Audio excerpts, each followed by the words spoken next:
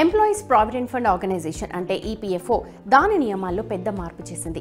ఇది సంస్థతో అనుబంధం ఉన్న కోట్లాది మంది ఉద్యోగులకు గొప్ప ఉపశమనాన్ని కలిగించింది.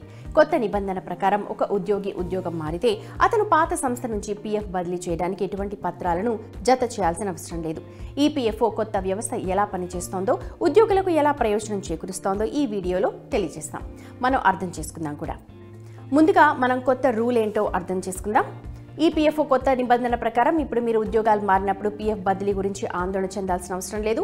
కొత్త కంపెనీ మొదటి కాంట్రిబ్యూషన్ను మీ పీఎఫ్ ఖాతాలో జమ చేసిన వెంటనే పాత కంపెనీ పీఎఫ్ ఖాతాలో జమ అయిన మొత్తం ఆటోమేటిక్గా కొత్త ఖాతాకు బదిలీ అవుతుంది. ఇక ఇప్పుడు పాత వ్యవస్థ ఏంటో తెలుసుకుందాం. ఇప్పటి వరకు పాత కంపెనీకి చెందిన పీఎఫ్ సొమ్మును కొత్త కంపెనీ పీఎఫ్ ఖాతాకు బదిలీ చేసేందుకు ఫామ్ నింపాల్సి వచ్చేది. ఈ అప్లికేషన్ పాత లేదా కొత్త కంపెనీ నుండి ధృవీకరించాలి.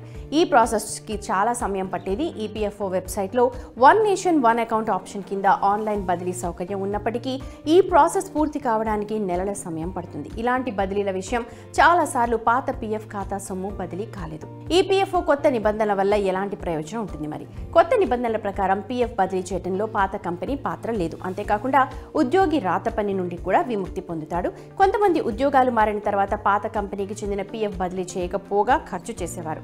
పీఎఫ్ బదిలీలో సమస్య వచ్చినప్పుడు కూడా కొందరు పీఎఫ్ విత్డ్రా చేసుకునేవారు. కొత్త వ్యవస్థ అమలుతో ప్రజలు పదవీ విరమణ కోసం మరింత డబ్బుని జోడించగలరు.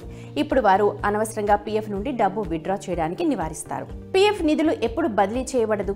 కొత్త విధానంలో వారి పీఎఫ్ ఖాతాలో యూఏఎన్ లింక్ చేయబడి కేవైసీ పూర్తి చేసిన ఉద్యోగులు మాత్రమే ఉద్యోగాలు మారినప్పుడు పీఎఫ్ బదిలీని పొందుతారు. కేవైసీ పూర్తి కాకపోతే నిధులు బదిలీ కావు. ఇక యూఏఎన్ అంటే ఏంటి? ఈపీఎఫ్ఓలోని ప్రతి సభ్యుడు యూనివర్సల్ అకౌంట్ నంబర్ ద్వారా గుర్తుపడతారు. యూఏఎన్ అనేది 12 డిజిట్ విశిష్ట నంబర్ అని చెప్పాలి. ఇది ఈపీఎఫ్కి సహకరించే ప్రతి ఉద్యోగికి అందిస్తారు. ఈ సంఖ్య ప్రతి ఉద్యోగికి అతని జీవితాంతం ఒకే విధంగా ఉంటుంది. ఎన్నిసార్లు ఉద్యోగాలు మారినా పర్వాలేదు, ఈ సంఖ్య బేస్ లాగా పనిచేస్తుంది. యూఏఎన్ ద్వారా మీ పూర్తి వివరాలను కేవలం ఒక క్లిక్లో తెలుసుకోవచ్చు. ఇక ఈపీఎఫ్ఓలో ఎంతమంది సభ్యులున్నారు? ఈపీఎఫ్ఓ వెబ్సైట్ ప్రకారం సంస్థలో 7.5 లక్షల యూనిట్లు నమోదు చేశారు. ఈ సంస్థలలోని 7.5 కోట్ల మంది సభ్యులు ఈపీఎఫ్ఓతో అనుబంధం కలిగి ఉన్నారు. 78.42 లక్షల మంది ఈపీఎఫ్ఓ ద్వారా పెన్షన్ సౌకర్యాన్ని పొందుతున్నారు.